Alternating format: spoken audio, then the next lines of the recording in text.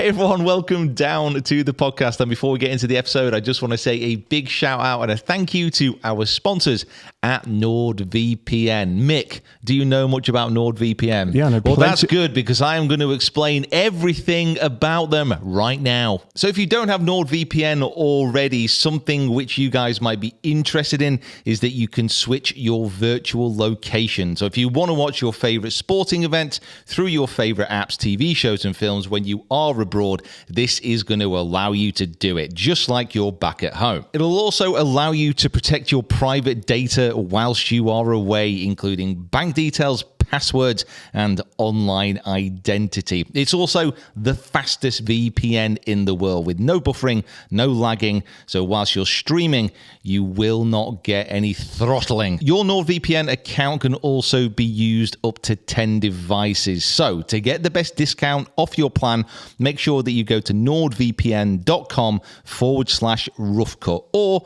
if you're watching this on YouTube, you can head down into the comments where we will pin the link. This link will also give you 4 extra months on a 2-year plan. And there's no risk with NordVPN's 30-day money-back guarantee. Okay, guys, thanks for listening. Let's get into the podcast.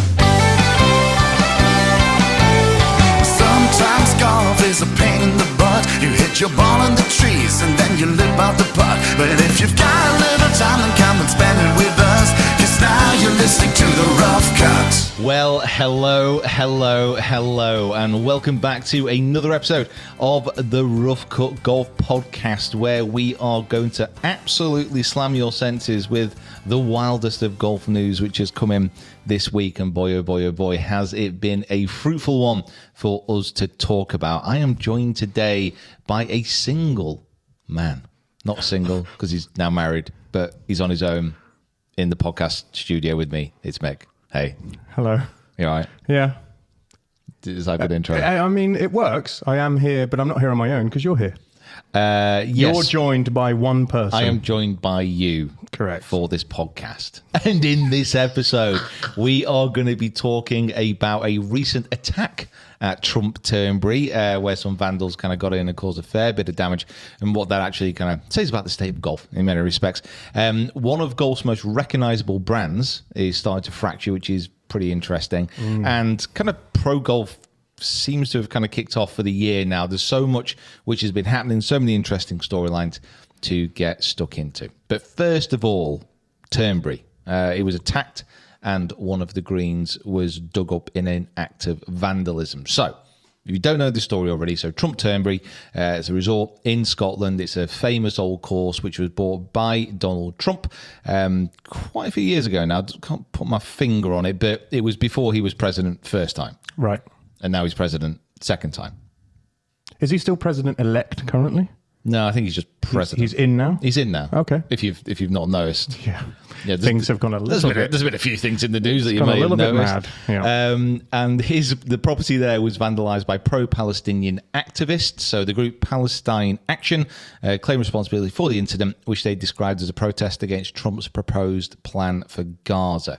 So what they did, they graffitied such things as Gaza is not for sale and free Gaza and free Palestine onto the resort's clubhouse. They also kind of splashed it with loads of paint and entrance walls. And then the vandals dug up sections of the golf course, including one of the greens, which caused significant damage. Now, this was all in regards to a recent, I think it was like what's the thing he uses? True Social. I think it was AI generated. Yeah, it was an AI generated video of what his idea about Gaza could look like if the population was relocated.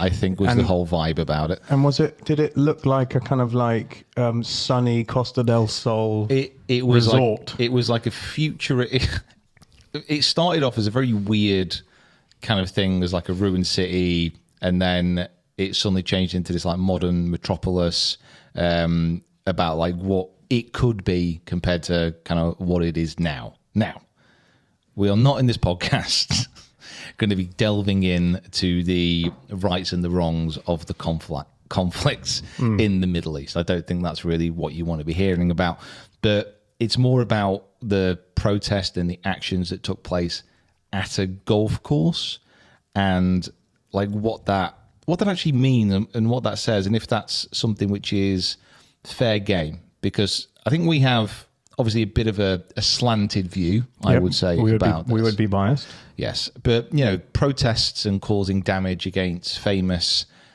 places, famous works of art, for example, famous statues. This isn't something new. This is something which has been happening, as long as there's been protests. But certainly when it's digging up greens hits hard if you're a golfer. It does. It's, we like to complain about greens as it is. Even when they are in what the club deems them to be, playable condition, we will still find something to complain about. They're too woolly, or there's too many pitch marks. I had a recent incident with pitch marks. Yes, I saw your rant. Oh God, yeah, 37. I think, or 39. I think it was something like the worst thing a golf club member could, the worst thing they could do. I didn't think I phrased it like that. The worst thing they could do. But yeah, we'll complain even if, the greens were a bit slow today, weren't they? Maybe they didn't get out to cut them before it rained or whatever. But this is like the worst of the worst. It's an entire green dug up, yeah. It is because whenever you see posts on this, and it does happen, quite frequently throughout the year, not just at massive established venues, but local courses and courses that are embedded within a town, a city community, where some idiots get on the course with motorbikes and rip the greens up, quad bikes and all that stuff, and it's just it's so disheartening because to repair a green and to get it back to what it was, it takes months and months and months. I mean, the fact is if a quad bike gets onto a green and rips it up, that green is then done for the year, realistically. You can repair it and you can get it back into being playable, but it's not going to be back to what it was until it's had a full year of recovery. Yeah. And it must be such a nightmare for the greenkeepers, especially greenkeepers like this, because at the end of the day, at Turnberry, the staff there work at a golf course. They're not connected to any kind of political movements. They just want to go to work, they want to do their job. And if you're a greenkeeper and you get up in the morning and you just see one of your greens has been ripped up, you're going to be gutted. Yeah. And all the hard work that they've done and the planning and, you're there. And you're right, it is tricky because, they're attacking the leaves of the tree, to try and affect what the roots have done. They're if they want to annoy Donald Trump or, to get a message out to Donald Trump, then, making the employees of a golf course that bears his name's lives more difficult is probably not the way to go about it. Yeah, I mean, again, it's not as if he was there about to play the course. And whatever the rights and the wrongs are of kind of wars that are going on along the world, I really honestly don't think that damaging grass on the west coast of Scotland is going to have that much of an effect of what is happening in Gaza.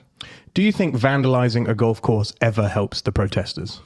No, but I don't think vandalising property or art or golf courses or statues or whatever it might be generally benefits the protesters anyway.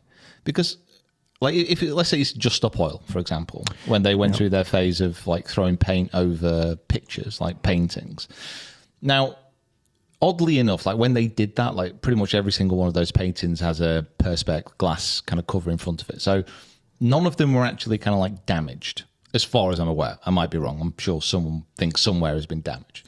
But when it's something like that happens, even though I know nothing about art, I can appreciate and I can feel anger at someone trying to destroy that for the sake of protest, because it doesn't do anything. It gets headlines, but all it's going to do is turn people against you. Which golfer is going to turn around and say, I'm really happy that they ripped up that green. That was good. Yeah, it's tricky because it's a fine line between the thing that you love, the game that we get to play every day, and, things that are going on in the world which are, in the minds of lots of people, horrible and need to be highlighted. It's tricky because and obviously we are not experts on geopolitics in any way. No. Your love of the thing that you do, you don't really want that to be affected by anything from the outside. No. You don't want to have to think about politics and about work and about, the golf course is where you go to get away from those things most of the time. Yeah, and I get from a protester standpoint, they would say, well, that's the point. We're getting this message in your face message across in an area that really isn't normally affected, so it will draw attention. But I just really don't think it works. And like I said, we're not I'm pretty determined that as far as podcast channel and all the rest of it, we don't chat about politics, because when people hopefully listen to this podcast or when they watch the videos, or like I said, when they play golf, they want to go and escape. They want to go enjoy the round of golf. They want to get away from the chaos that they see in their daily lives. They don't need to be continually reminded of stuff when they go to do a hobby or when they go to relax. So for me, it doesn't really make a lot of sense. It doesn't engender much sympathy as well. So it just seems so silly. It seems such a waste. Yeah, I think the example that I always go back to with regards to protests was, I think it might have been Japan or Korea potentially, and the bus workers wanted to protest their bosses to get a pay rise. So they still ran the bus. They didn't strike like they would in this country.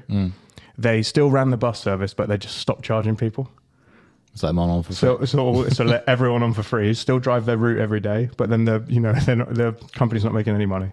So that's like a smart way to protest, because you're like, it's affecting our boss's bottom line, but everyone still gets to go where they're going. They still get to pick up their kids. They still get to work. I still do my job, so I'm not, I'm still taking people where they need to go. The only thing that's affected is the bottom line of the people above us. Yeah, seems like a kind of smart way to do it. Ruining someone's year by who doesn't have an opinion on the conflict or doesn't have an opinion on the political situation, by ruining the piece of work that they've been, working towards for 3-4 years to get it to that place. Probably not the smartest way to do it. No, in our opinion. Yeah. Well, we're not experts on kind of protest. What is the worst? What's the worst ripped up wet green course that you've ever played on? I mean, in all fairness, it happens quite a lot. It happens a worrying amount where people get on golf courses and they always seem to target the greens as well. It's like they know. Yeah, they know that that's the bit we care about most. They know that's the bit that's going to hurt the most. Do it in the rough. Do it over there where it's already messed up. Well, I think it was, where was it? I won't say the name of the golf course just in case I get it wrong, but it was a course in the Northwest that I've been to. Can't remember if you actually came as well, but played it not long after one of the members, ex-members, should I say, who was disgruntled. Basically got on the greens and just poured petrol all over the greens. Oh, excellent. Yeah. To kill all the grass, which is the same thing. That's is going to just destroy the roots and all the rest of it. And it's just, I just can't really understand it. But I've never had enough motivation or anger to go damage something like that. What's the angriest you've ever been on a golf course? And what did you do to take it out? Well, no, that's always at myself, though. Yeah, you're a club thrower, though. I got to be honest, not massively. Are you a bag hitter? No, I was more of a self-hitter. Just beating myself on the back with a golf club. The putter on the forehead is always on the back. On the back of the forehead, just anything really. Yeah. But all my anger really kind of seems to be more inward than outward. Yeah. And I've thrown clubs on... I've certainly thrown clubs before on the videos that we've done as well, but normally it's just to release a bit of tension or to kind of play up to the video. Yeah. I don't think I've ever no, maybe I have thrown a club in anger once or twice, but it's not been a consistent thing. It's always more self-flagellation. I think better of you than... Shout out Opus Die. Such a deep cut reference. I love it. I think better of you than to be a club thrower. Yeah, I've only ever damaged one club. On purpose? Yeah. And that was actually, we filmed it. It was at For Me Ladies. I was just going through potentially the biggest swing change that I've ever gone through. Left-handed to right-handed. It felt like that. And I was on what was it? I think the 14th potentially. Just an easy layup with an iron to hit the fairway. And I've just blocked this thing's miles right. So I've just took the club and I've bent it Like Hulk bent it. over my neck. Yeah. Oh, wow. Yeah. And that's the first time because I wanted to bend it as well. I wanted to break it. Like normally if I'm throwing a club, I'm not throwing it at someone to break it. Yeah. I'll generally toss it in the direction where it's not going to be damaged. It will survive. Yeah, I'll throw it upwards so I can catch it. But like that time I was like wanting to break it. I was fuming. But straight afterwards I thought, God, that's so embarrassing. Yeah. Because it doesn't do anything. Like it's not the club's fault. Yeah, and everyone who you're playing with goes, oh, what an idiot. Yeah, exactly. Like if you ever break a club, you need to be aware that your club doesn't have like an agenda. You know, it doesn't have feelings about how you play. It doesn't want to hit the ball over there. Yeah. It's like when you hit a bad shot, you look at your driver, you look at your eye, you say, "Oh, this club is whatever." Yeah, that was the club's. It's really not the club's. It's not the club's fault. Like the club isn't going into impact with any kind of set idea about what you want. Like you're the one who's controlling it. It's thinking, he's zeroed his path here. I'm just going to twist it last. I'm just going to shut down a bit and hook it into that tree he hates. Like it doesn't do that. So if you throw your club and get angry at your club or bend it's very much just it's a statement about the fact that you're not controlling your anger that well. But golf is a mental sport like that. It's very frustrating. It does cause perfectly placid people to be pushed right to the edge. And here he is. A lot more placid people than me as well. So good talk. Thanks. If we have offended anyone or caused any trouble, we won't know until the episode goes out. Oh no, I don't think so. No. I think everyone is grown up to have a discussion about this. Right. I'm quite happy that we have a mature audience. We do. Most of them. Very nice. But let's go to a break and then we're going to come back and talk about something which is a little bit troubling in the world of golf industry people, and that is Topgolf and Callaway.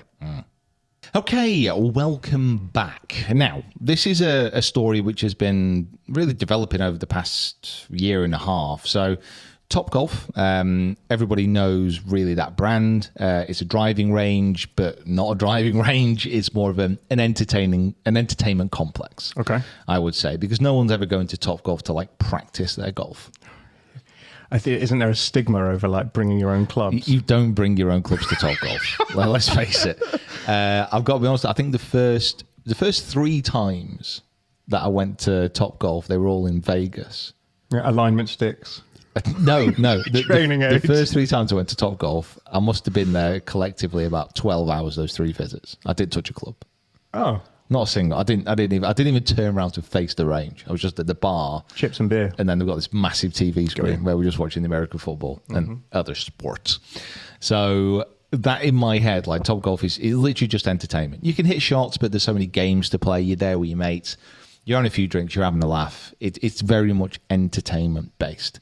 And then over the past kind of 5 years, it had this huge explosion in popularity. And Topgolf and Callaway, they had a merger. Okay. So it was like Callaway, Topgolf, whatever the company was called. Now, during the past year, the share price of Topgolf and Callaway has declined. So I think it's around 24%. This was from January to October last year. It's not. It doesn't bode well, really, does it? No, I mean that's almost a quarter of the share price gone. And that's maths. Which is math, you know. Now, that's a big drop as far as I'm aware. Now, what that's actually led to is Callaway and Topgolf agreeing to split. So they're now going to become 2 separate companies. Oh. So Topgolf, Top Tracer, and all the associated things that go on there, that's going to be a separate kind of enterprise. Okay. So away from Callaway, which I've got to be honest, I'm quite excited about. You think? Yeah. What excites you about it? What prospects does that have for them? So whenever I've been to a Topgolf, honestly, I've always had a fantastic time. And generally, whenever I've been to a Topgolf as well, it's always been really busy. It's always been people having really nice times. It's been popular. It's gone down a tree. I've always enjoyed myself. And then you have the kind of option of the Top Tracer ranges. And there's thousands of Top Tracer ranges now. And I think they're really good. Like for a practice tool, for something which regular golfers can use on a basis to try and keep stats when they're practicing, to try and improve, I think it's really useful. And it's certainly instigated a surge in other companies trying to get involved in this space. You know, it's driving ranges. How can we make them more tech orientated? How can we give better feedback to the golfers who are using that facility? So you have Topgolf, which is like real entertainment. And then you've got ranges which employ TopTracer, which allow a little bit more of a serious practice environment. Yeah. And the TopTracer ranges are using the same technology that they use at Topgolf, except, you know, without the chips in the ball. Without the chips, yeah. So it's just very much it's a camera-based system. Yeah. And like all the ones that I've tested, they've been like pretty accurate. They've been really good. Okay. So for me, I'm excited to see that kind of split and to see if they can make it work with the kind of entertainment standpoint and the practice standpoint, and just be solely focused on that rather than have any other kind of input from different people from different companies to make that their sole focus. The other thing that the TopTracer ranges do well is they have access to, you know, you can play virtual versions of golf courses. Mm-hmm. So when I was first getting into golf, I would go to the range because I couldn't really justify spending 50 quid or whatever to go and play a golf course. But particularly when it's raining, the range is undercover mostly. Mm-hmm. So you can go and play a golf course somewhere, you know, to a certain extent. You're still hitting off a mat and stuff. But, you know, it felt like a really good entry point into golf. And I was one of those like post-COVID bubble people who got into golf because it was the only thing available to do at a time when, you know, you were kind of like locked in our houses. The question is really like with Callaway, you know, kind of like annexing it and, you know, giving them control over their own destiny. Do you think it's now signaling that that bubble is burst and it's going to dip again and, you know, golf numbers are going to decline? Oh, wow. Do you think it's a good thing or a bad thing? I mean, I think generally speaking, obviously, if the share price of a company is going down, that's, you know, probably not a good indication of what's going to happen. However, in this case, I'm actually quite positive as far as like having entertainment practice, having a company which is solely focused on that. I'm actually fairly bullish about the future because the infrastructure that they already have, the technology they already have, I think they're in a good position. The question really that you just asked there about has the bubble burst, and even though the facilities are there, is the interest in golf actually still going to be there? Or have people who got into golf after COVID, during COVID, and we did see this massive explosion in numbers, have they started to filter away? The numbers would suggest that the people who got into golf post-COVID have stayed. Okay, that's good. However, it's always the case of trying to get new people and trying to get them engaged, get them involved. And, you know, if golf can have a surge, that's not to say that other sports can't also have a surge and attract people away. You know, one thing that golf really benefited from in the UK was sports like cricket. Oh. So whole cricket clubs who couldn't play cricket during COVID, they switched to golf because it's something they could do. Oh, that's cool. Now, obviously, people went back to play cricket, but golf and cricket are mutually incompatible as far as like time. So if you think about it, you're family guy, working during the week, you've got your family at the weekend, you know, you've got time for an activity. Yeah. The likelihood is you're not going to be able to say, okay, I'm going to play golf all day on Saturday, and I'm going to play cricket all day on Sunday. God, I would get in so much trouble. You know what I mean? I would get killed. The chances are you're only going to be able to do one of those things. Yeah. So as long as golf can keep the people who, you know, it's siphoned away from other sports, which is definitely a thing, then I don't see a reason why it can't continue to grow and just like bring new people in. And facilities like Topgolf, like TopTracer ranges are an absolute essential part of that. Yeah, I think you're right. I wonder if, you know, on the other side of that, are Callaway seeing that, you know, the TopTracer ranges and the Topgolf stuff, because it's declining, they're like, oh, well, let's get rid of it now so that it doesn't affect us so much in the future. Or on the flip side of that, was it the guys from Topgolf and TopTracer saying, thanks so much for the investment for the last few years, of your access to creators and, a little bit of a boost with the clubs at all these places all being like pretty good Callaway clubs now. Like, is it, have Topgolf gone, thanks so much, we'll take it from here because you're killing us, or have Callaway gone, you're going down, we're getting rid of you so that you don't take us down with you?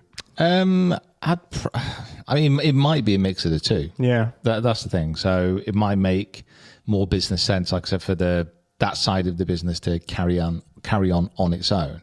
And to be honest, like as far as like Top Tracer, Topgolf, and all the rest of it, if that's more separated from Callaway, obviously we have vested interest now with Titleist and with everything else.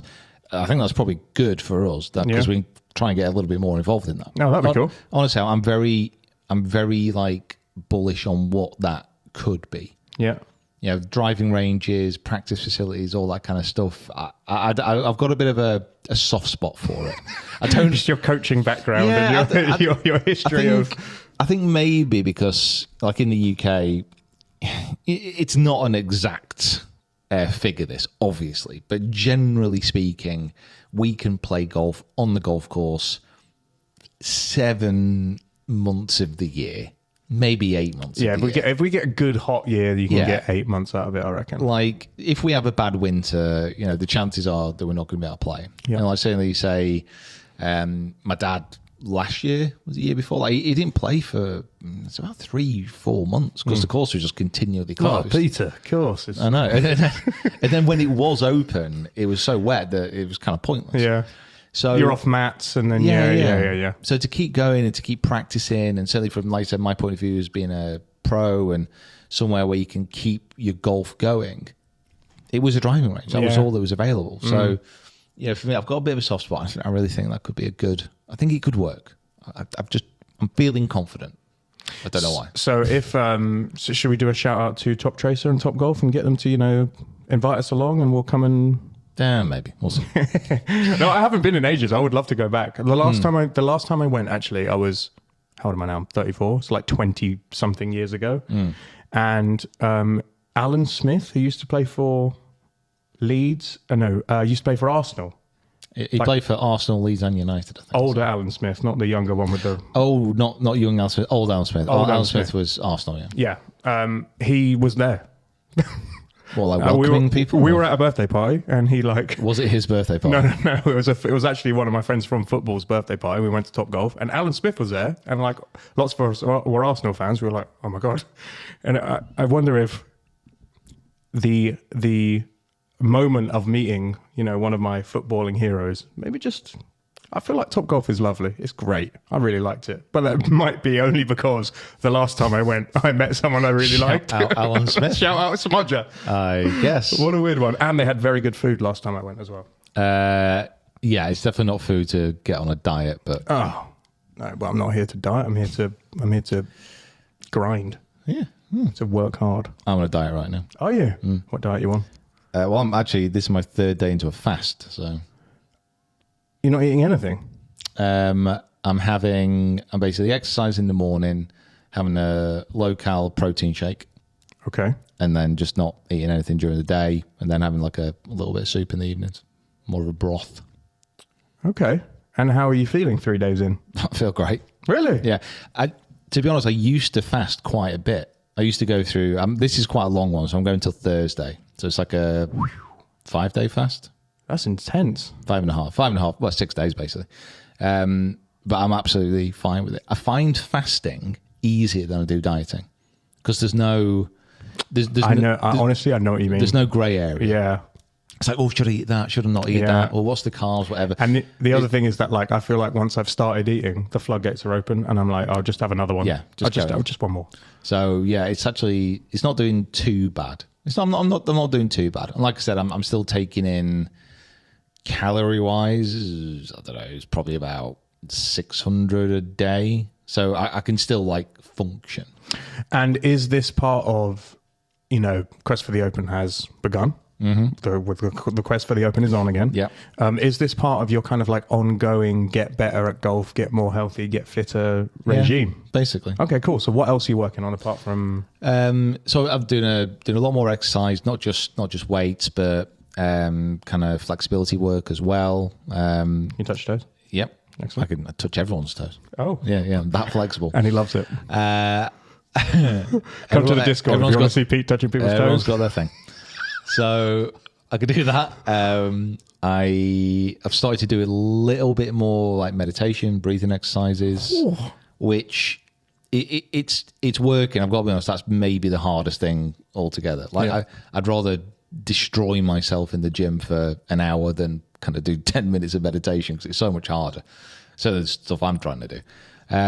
But it's all geared towards just really trying to make this year a time when I get better. So, and the fasting and like not eating as much definitely helps because certainly when I'm on the golf course, like for way too many times, certainly kind of when we're filming, I get halfway around, get to the halfway house, have something to eat, and then for the next 3 holes, like I'd love to try and calculate this in a really kind of boring way. To actually go through videos, and then when I eat a lot halfway, judge what my next 3-4 holes are. Yeah, to we par. could definitely do that. It must be 4 or 5 over, like literally every time. We know the there's people in the Discord, particularly the guy from Germany who helped us with all of the stats for Quest for the Open last year, who says he doesn't want to shout out, so we won't shout him out. Who love that kind of stuff, and who we would love to go through your scratch golfers from last year, and then work out when you start having your like acid reflux on the 10th tee. Yeah, and then go, oh, he must have eaten a giant burrito and a pint. That's just so good before he went back out. So good. And then let's check what the next 6 holes look like. Yeah, it's so good though. I love eating. Was Pinehurst heavy for food? Yeah, and the thing is, like, I have to say, like, generally speaking, in America, like you have. I would actually say that the quality and the amount of different types of food that you can get in the States is actually better than it is here. However, the stuff that you can generally eat in the States when it's on the menu, it's way too, like, for me, it's way too tempting. Right. Like clarify. If I look at a menu and I'm like, okay, what have we got here? Oh, we got like a double quarter-pound burger with bacon and cheese with tater tots on the side, buffalo sauce. Oh, for start, do you want these like chicken wings? I'm like, yeah. I do. You know what? There's nothing more that I want in my life to have that. Philly cheesesteak, please. Unreal. Just get in my belly. Brisket, of course. Give me the whole pig. Rack of ribs, why the hell not? Some brisket beef. No, ribs. Oh, got you. Give me the ribs. Yeah. So I'm like, and when I'm over there, I find it really hard to like say no to that stuff. Like if I see a meditation, go into a box breathing state. No, the thing is, if I do that, I'll just be seeing the breakfast burrito like in my special place, and I'm just going to be like, oh my god, just give me the breakfast burrito. Trying to take your mind back to thinking about your breathing, and all you're doing is breathing in. If somebody wants to break my fast, if they see me in the next couple of days, just give me a breakfast burrito. There's not a chance I'll be able to resist it. God, do you know what I had on the way here? Breakfast burrito. I had the McDonald's breakfast wrap. You know what? I'm absolutely fine not having McDonald's. Yeah. McDonald's always makes me feel worse afterwards, so I'm fine with that. Yeah, but the 30 seconds, and I eat quick, the 30 seconds that it takes you to eat it, you're like, oh my God, this is the best. And then half an hour afterwards, you're like, why did I do that? The thing is, if I'm driving over for somewhere, I swing into McDonald's and I'm like, you know what am I going to have? So I'm not going to have any of the main sandwich meals. Okay, so Peter Finch is going to do his top 10 McDonald's meals. Here we go. When you go to McDonald's, like generally speaking, the meals are like so stupidly expensive for like what you get. So you go in there, you go to the saver menu. So you have your chicken mayo, which the last time I went in there was like 99p or something.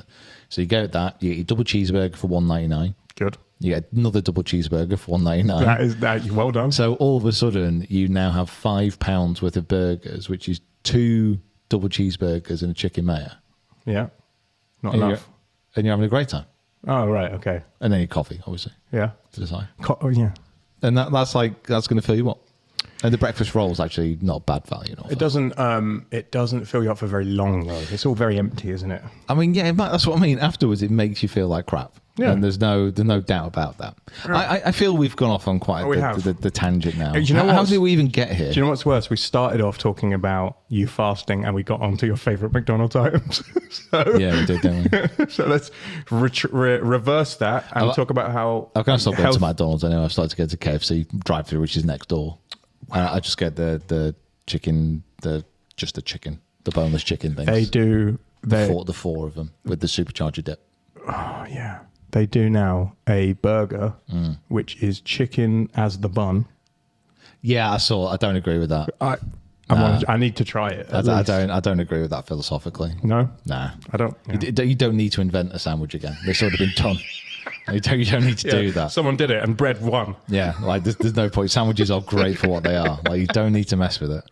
But no, like the boneless chicken's great because like in my ultimate driving machine of BMW, the ride is so steady that I can just like keep the box like that. That is such a fat guy thing to do. And it's just like num num num num num. Like dip it in, num num num num num. Yeah. Yeah, that's what I mean. Like, so what I'm trying to be is less of a fat man. Right. I'm just trying to be a bit healthier, a bit more conscious, and fasting allows me to say, you know what, I'm not going to do any of that. Yeah, I'm not even tempted. Yeah, I'll just keep it out of the way. Okay. Should we talk about some golf news now? Yeah, because why not? actual real golf happened over the weekend. Yeah, I suppose.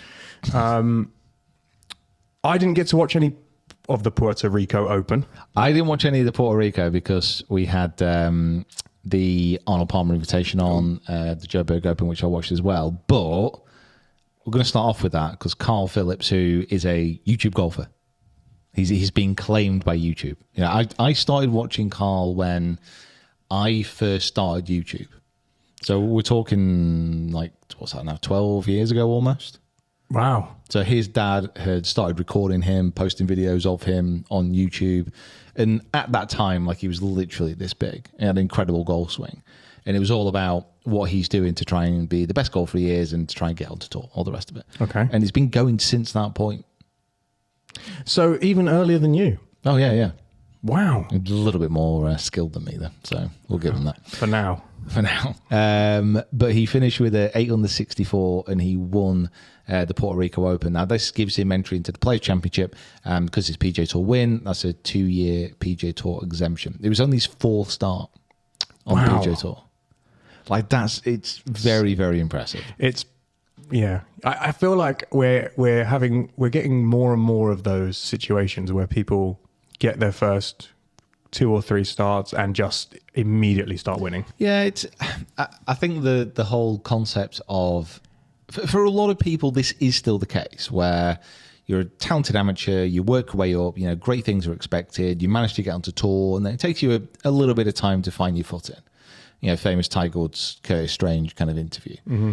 But now, realistically, like the lads who are coming onto the tour, and especially because a lot of them, they get onto the tour via the Corn Ferry, which is a pretty hot furnace to forge yourself in. Yeah. So you come off that, you go onto the main tour, and like realistically, and this is the same with the DP World Tour and the Challenge Tour, like your top 20 players on Corn Ferry, your top 20 players on the Challenge Tour, like they can go onto the main tours, not a problem. Like they have more than enough skill to be able to compete. But you find in the top guys who have been great amateurs, great at college, good Corn Ferry, go straight on there. They don't fear anything. They're not worried about taking these guys on because they know them, they play with them, they know what they're capable of. So there isn't that fear factor. You're not overawed by the players that you're with. Yeah, they've been doing little. You know, the only difference really would be that there's more media coverage. The money is more. The golf courses are still the same, huh? Yeah, and like they know a lot more about what they're capable of, and obviously the general talent pool now is so much deeper. Yeah, you know, the exceptional golfers will always be exceptional in any era that they play. You know, if Arnie or Jack were still playing now, they'd be incredible golfers now. If Tiger played back then, he'd be an incredible golfer then. Snead, Jones, whatever. For me, they're always going to be amazing players.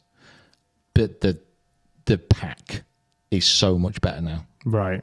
Like the actual skill and talent, and because coaching and the understanding of golf and stats and swing and all the rest of it all piles into this big pot, which makes so many fantastic golfers. Like the difference between the top pros winning the difference between people winning each week is so small. It's so small. Yeah, and I think also there was a period before kind of this era where it was a battle for second because Tiger was going to win whatever tournament he was in. Yeah. And then there was a very small period where it was like, Rory's going to be right up the top, so we're all trying to chase Rory. Mm-hmm. And now there's the kind of Scotty era.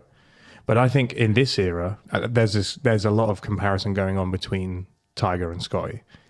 Yeah. But I think in this era, it's much closer at the top than it seemed to have been during the Tiger era. I just made a pilot for a potential new series on Swing Quest where I went back and watched loads of old Tiger footage. And it was almost as if the other pros in the tournament saw him walk up to the first tee and they're like, great, cool, playing for second. Yeah, I mean, Tiger for me is like, the GOAT. He is the best of all time. You can point to, obviously, Nicklaus's record as far as majors go. He's obviously got more. And, I didn't grow up in an era where I was watching Nicklaus, so I don't have that comparison. It's impossible to compare across generations. But for me, Tiger in that era, greatest of all time, incredible player. But he had things then that other players really didn't. So his distance off the tee, for example, was exceptional. There were only few players on tour at that time that could keep up with him distance-wise. And obviously his mental game, we all know how incredible that was. But now, realistically, most of the top guys, they all hit it a long way. Yeah. It's an understanding of that gives such an advantage. Anyway, going off topic again. Carl, well done. Yeah, good work. Russell Henley wins at Arnold Palmer. I think that's his 5th win on tour. His final round, his chip in on the 16th for an eagle basically turned a deficit from being 1 behind to 1 in front, and then parred the last 2 holes to walk off as champion as Colin Morikawa just came up. Just short. Easy pars the last 2 holes. Yeah, it was just, I don't know, it's such a good, solid round of golf, and the way that they set Bay Hill up now, it's almost like a mini major setup. It's probably the best way of describing it. Yeah. The greens are so firm, like the rough is so thick. There's so many mishaps that can happen at that golf course as well. I think it's a really good and engaging watch. In the UK, we were quite lucky because we get the world feed, and then Sky shows what it wants to show with ads. When it kind of follows the same pattern of the US ads, but there's a lot less. Fewer. There's a lot fewer. Far fewer. Far fewer adverts. And as I was watching the Arnold Palmer last night, I was watching Henley, and he chipped in. It was amazing, eagle, blah, blah, blah. Apparently in the US, they didn't quite get the same viewing experience. So there was an ad just as Henley was hitting that chip, and the ad cuts back as the ball is almost kind of in the hole. So all of a sudden you've got this ball going in, crowd going wild, but no context that literally he's just hit the defining shot of the tournament. And people were not impressed at all. But oddly enough, this event was different because they made the decision to show less ads and to partner up with a few specific brands to try and reduce the ad load overall for the signature event. I think we do have it great in this country because the majors definitely, but lots of the golf that we watch that ends up on Sky is adverted to an acceptable level, I would say. Yeah. Anymore, and they would just lose viewership. People switch off. Yeah. And I think for a long time, the PGA Tour needed to do something about it, particularly for the American audience, because when we've been over in the US, and you chuck on, I always reference the Tour Championship when we were in Atlanta. We got home from from the Creator Classic, whatever we were doing. Lol, congratulations, Luke. And we got home and back to the hotel, and I thought I'll just chuck it on and see what's happening. And I watched probably 10 minutes of adverts before I saw any golf shots. Yeah. So I think the PGA Tour have had to, make some changes for a long time Do you think they finally worked it out that they need to show fewer ads in order to get more eyes? I mean, surely at this point, they've realised that that's the case. Because you can't keep... Like, people who watch golf and who watch competitive professional golf, they love it. You know, they're willing to sit down in front of the TV, in front of their laptop, whatever it may be, and just sit and watch these golfers go at it. So I sat there last night for like 3 hours, watched pretty much the entire of the final round, and generally enjoyed the experience. However, like, you can't continually shove crap into people's laps without them standing up and going, you know what? I'm covered in crap, and this doesn't feel great. I don't want to do this anymore. Yeah, it's a great analogy, and I completely understand. Because like, it's just, sometimes it's just so overwhelming, and it's just so pointless in the long run. Because like I said, people will just switch off. They just won't be interested. If you're not showing them the golf shots that matter, why should they watch? Why would they get engaged with it? It's such a road to irrelevancy if you just keep hammering with the amount of ads that's been going on. And I honestly don't know, like, the inner workings and like how many ads are acceptable, how many ads are needed to actually kind of warrant the purses, to warrant the coverage, all the rest of it, whatever it may be. But I do have a slight feeling that at the moment it's going to be way too much. Like, you don't need this many. Yeah, it's an impossible watch at times. So why not just like cut back? Why not just ask the advertiser? Every time I've seen this happen, it's always worked. Is where you say, okay, we have 20 advertisers on this telecast. Now, I don't know how long these deals are kind of negotiated in advance. I'm imagining it's quite a lot. But then to say, okay, we're not going to have these 20 ads, these 20 advertisers. Yep. We're going to reduce this to 10. We're going to reduce this to 8. We're going to reduce this to 6, whatever it is. And we're going to say to Arby's, to Wendy's, food, to Domino's, it's always food, or, you know, to the erectile dysfunction pill, whatever the new one is. Hims, the hair growth or whatever it is. Side effects, include, mass diarrhea or whatever it is this time. God's sake. That's for the hair dye. Yeah. Honestly, like, American medical ads are oh my God. Fascinating. Please get public health care. It's way better. Well, we'll see. It's always fascinating, like, how you can get something which is, you know, this pill is it's something so simple as well. Yeah. Oh, do you suffer from nosebleeds? Have Mramamprosol.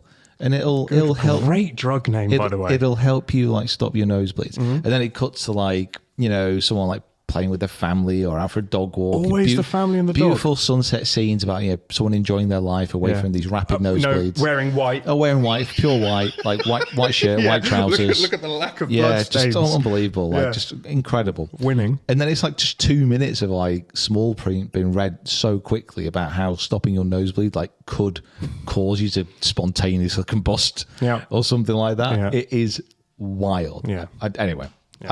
Poor animals are testing these on. So aside from that, all they should do is cut that down and say to the 8, 7 advertisers, wherever it be, we are going to charge you more.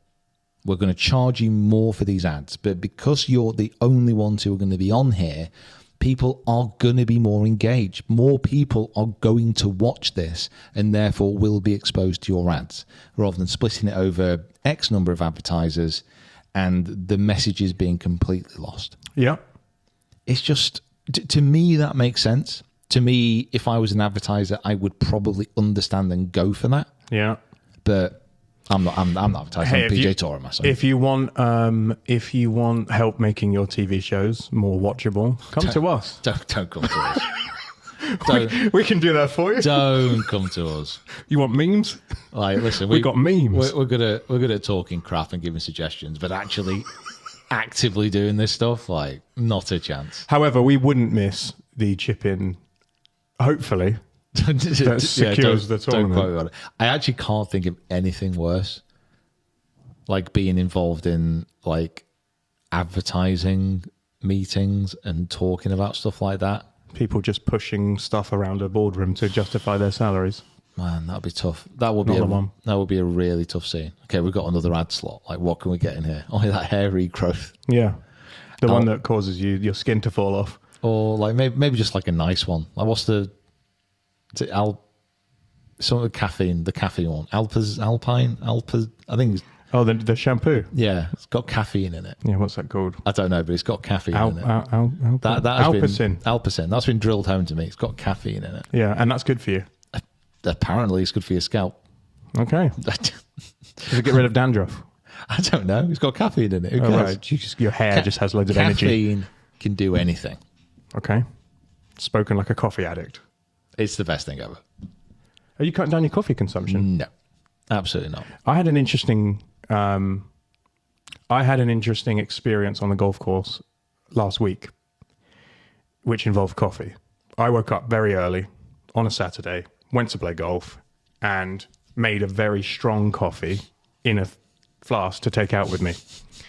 I was feeling really good on the putting green. I'm not sure where this is going, mate. Got nicely warmed up. Then I was cold, so I drank some like strong hot coffee and played the first 4 holes, parred the first 4, which is miraculous for me. About the 5th hole, stood up my tee shot and I can feel the like coffee shakes coming on because it's just too much. Couldn't concentrate, couldn't really focus on the ball. Arms weren't doing what they were told. Stopped drinking the coffee immediately. Got kind of through the next 8 holes, and then it kind of wore off by the last 4, and I parred the last 4 as well. So I think the coffee was having a negative effect on me because it was, forcing me to overstimulate and overhype. No, nonsense.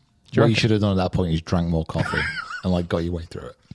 Do you reckon that's just up your dosage? Yeah, you're not enough. That's your problem. Always the you're having a correct withdrawal.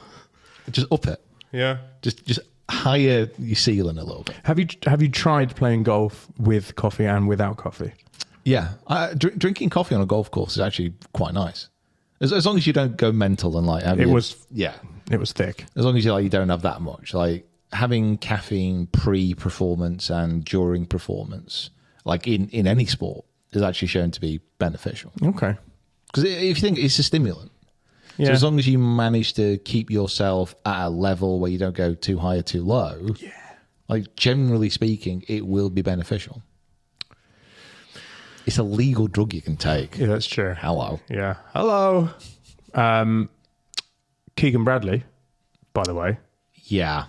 Before we get into his ridiculous golfing experience from the past weekend, did you see that his quote about we're going to kick their effing arses, which was on the final screen of the final episode of Full Swing Season 3, which had been recording all year, all of them. He said, I didn't know the cameras were rolling. I didn't know they were going to air that bit. Well, come on. I mean, probably did. Even if he didn't, like, who cares? I don't. In all fairness, I don't actually mind it. Oh, I think it's great. Yeah, I prefer like they have that passion and the drive to actually want to beat Europe. And if we're being realistic, if you look at previous Ryder Cups, like the home team wins, so they probably will win at Bethpage. If you're looking at it from just a purely statistical perspective, they should win. I'll accept. They should win. They should win. But we'll see if they do or not. Whatever. The weirdest thing is, and again, I kind of brought this up at the time when he was made captain, and I'm not seeing anything which would make me think otherwise. Picking him as a captain was stupid. It's like picking Rory as a captain right now. It's super, super stupid. Like, it doesn't make any sense. Like, he legitimately is one of the best players on any US team right now. Now, he said before that if he makes it automatically, he will play, but he won't use a captain's pick on himself. God, can you imagine that?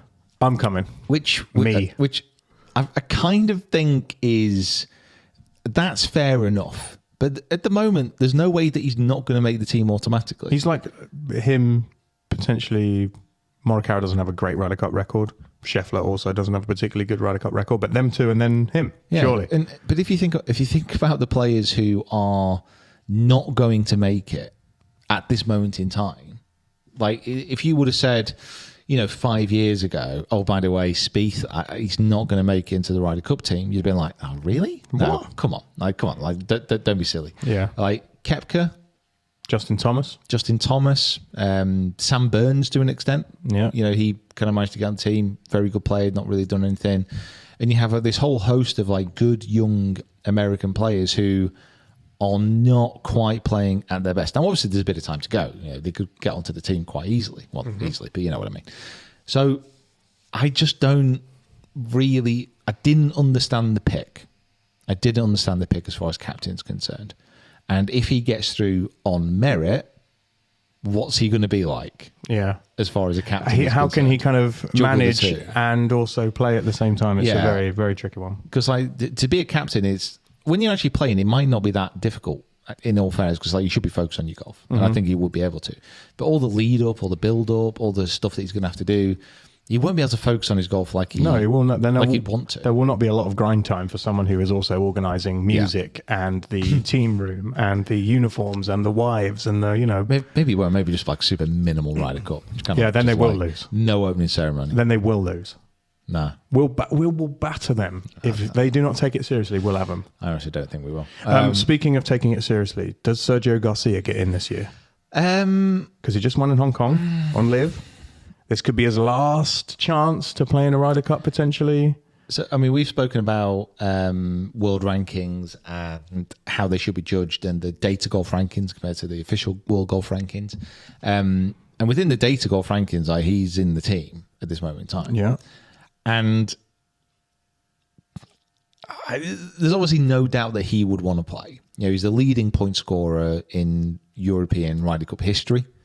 He is still an exceptional golfer, and he has a game that can actually continue to stay at a very similar level. Like, his issue has always just been putting. Really, like ball striking wise, he had a little bit of a blip when he got the full swing yips, pretty much. But apart from that, like, he's been so consistent throughout his entire career. He's a fantastic player. And if he continues with this form, why not? Like, why wouldn't he play? It'd be interesting to see. Because there's got to be a pathway for some of these live guys to get into the Ryder Cup on the European side, because we need Rahm.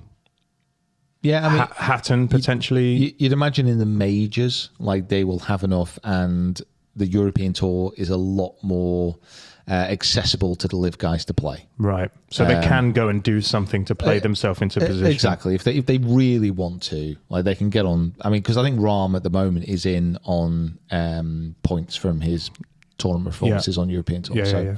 I don't think that's going to be too much of an issue. Probably the American side is more of an issue, but then you'd probably say, realistically, there might be a couple of players on the American side that are on live that might get in. Or you might want in your team. But I think with Sergio, it's difficult in it because you want to say he's a legend. Is he going to get that one more chance? Bring back Poulter. No, we're all right. I don't think he's quite kept his form as well as Sergio. But then there's players who you think, well, actually, if Sergio goes, then maybe this like young, talented player who might have a future in future Ryder Cups won't go. Yeah, does he take the spot away from someone who is going to be playing Ryder Cups for the next 10 years? Do people who haven't played great golf this year already lose their spot? Does that mean Fitzpatrick doesn't get to go? Does that mean, He's not playing great at the moment. Sepp Straka potentially in and out at some point? Sepp's going. But, there's, Sergio Garcia would then, in theory, like you say, take a spot off of someone who could just be starting their Ryder Cup career. As long as it's based on form, as long as it's based on merit. Yeah. Like, if it's based on merit, you cannot say that someone doesn't deserve to go. Yeah. Like, if Sergio, we could talk, infinitum about how live might not be as competitive as other tours in the world, but it still has a depth and it still has a quality of player. There's no doubt about that. So if Sergio is continuing to finish at the top of the leaderboard, he's continuing to win events, he is still playing well. Like, is that enough to get him there on merit? Probably. So if he plays himself in, you're okay with it. I mean, but definitely. you wouldn't pick him. Not for nostalgia's sake. No, not just like, oh, he's playing okay. If it was a choice between, Sergio, he's playing okay, or a rookie who's on the periphery Yeah. and like playing well. Who's playing really well. I'd pick the rookie, but that's more my bias towards wanting to see new players come through. And all Yeah, the rest of it. like Oberg last year would be the 2 years ago would be the example. yeah. Like playing really well, never played in a major. Yeah, only won 2 events back to back, and then got into the team. That was a great choice there. Like, Yeah. Luke Donald actually played a blind to that. Yeah. Like in Luke we trust. Like Luke's not going to make a mistake. 2 more years after this. 2 more. We will see. Right. Okay. That's enough from us today. Mick, thank you so much for being with me today. Yeah, honestly, I'm with you. I'm with you for the foreseeable future. Yeah. But right now I'm going to it does. Right now I'm going to go back and continue the edit of the new series of Record Breakers. Okay. I'm going to go jump on a phone call. Are you? You like phone calls, don't you? You're going to practice today? Depends how long this call is. Right, guys. Thank you so much for watching. If you haven't subscribed to the YouTube channel already, please do. If you're listening to us on your favorite podcast provider, make sure you leave a 5-star review, because that would do us an absolutely fantastic favor. And thank you to NordVPN for being sponsors of this podcast. All right, guys. See you soon. See you later. Bye.